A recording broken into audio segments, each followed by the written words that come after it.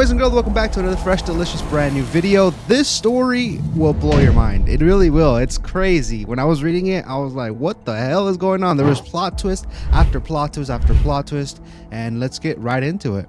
This is a story of a boy that went missing in 2015 by the name of Rudy Farias. He was reported missing by his mother in 2015 when he went out on a walk with his dogs, and his dogs returned, but he didn't. Now, of course, any concerned mother would call the authorities and file a missing persons report, especially since he had been missing for a couple days.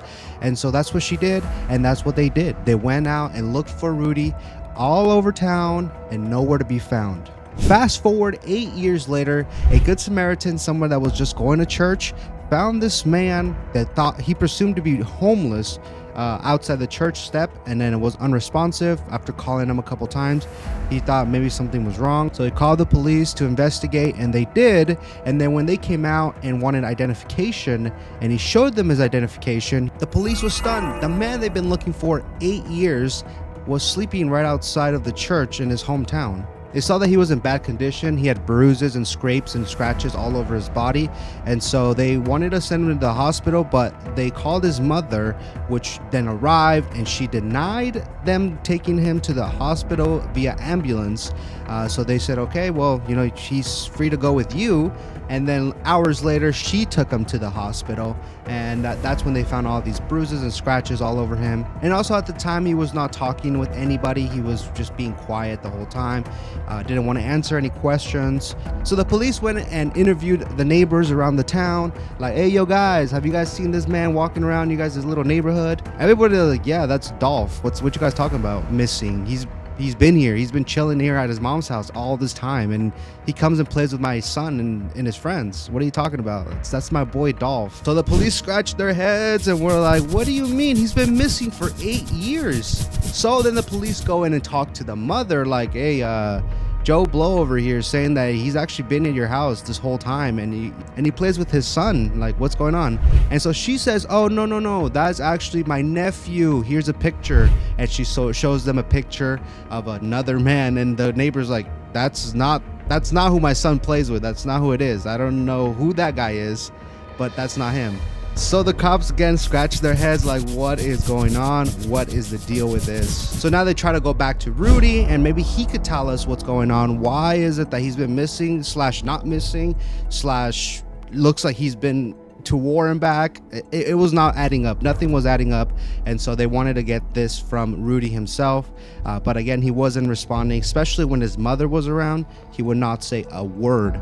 So this morning, they took him in with his mom to talk with an investigator and a community activist by the name of Cornell X. And at first they started talking to them together, but it seemed like he wasn't responding if his mother was in the room. So they said, all right, boy, let's go outside. Let's go for a little walk. So Cornell X took him to his car, and that's where he said some crazy stuff.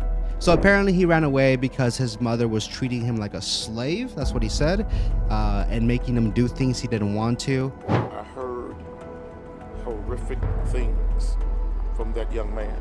No child should ever be treated like that by your own mother. And so he said he had enough, so he ran away for 2 days. In that meantime, she already had called authorities. They already had placed the missing persons report. And then when he came back, she was a little bit scared that they were going to like arrest her or him if they ever found out that he was back. So she just said, you know what, let's just go ahead and not tell them that I found you. Let's just go ahead and hide you if they ever come around. So that's what she did. Anytime an investigator or someone came to look for him or talk to her or anything, he would hide him in the house.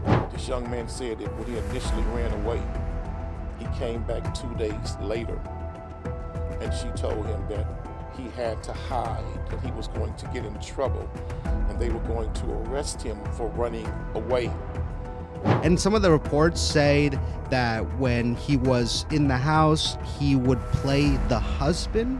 He would play daddy roles, as what he called it. So she would make him sleep in the bed with her and sometimes take all his clothes off. I don't think anything sexual happened, and at least that's what reports are not saying, if anything sexual did happen. But he did say he had to sleep with his clothes off at times, and he wasn't allowed to leave the bed or else he would get in trouble. He said that she would make him sleep in the bed with her. And he said that she made him play daddy. He said that he didn't like getting in the bed with her. That he would try to sneak out of the bed and sometimes hide under the bed, but she told him he had to be her husband. That right there, that sentence in itself just sounds wild. And of course, he couldn't be in the house for 24 hours straight, so she did let him go out and play with the neighboring kids in the area. So she gave him an alias by the name of Rudolph, and they figured that was going to be it. He would just have a different name and never mention him ever going missing ever to anybody, and that was just going to be their life. And that's what she did for 8 years straight until he decided to run away again. And this time he slept outside of the church where he was found. And all of this has now been brought forward. Now, he was found on June 29, so it's only been about 5 to 6 days since this whole incident has started.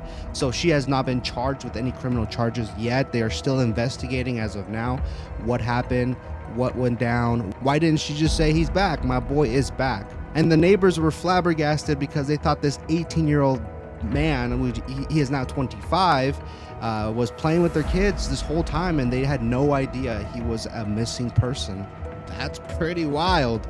It's crazy because when one question gets answered, like 4 or 5 emerge. So it's still like a big giant puzzle that everybody's trying to solve. Well, at least the investigators are. I am just reporting on what they're saying, and it's pretty wild. The story just keeps getting crazier and crazier every day. Now, what would happen to the mom? I have no idea. It depends on what she did to him. It also shows that he was very depressed and he had PTSD because he had lost his brother in 2011 from a bicycle accident or a motorcycle accident.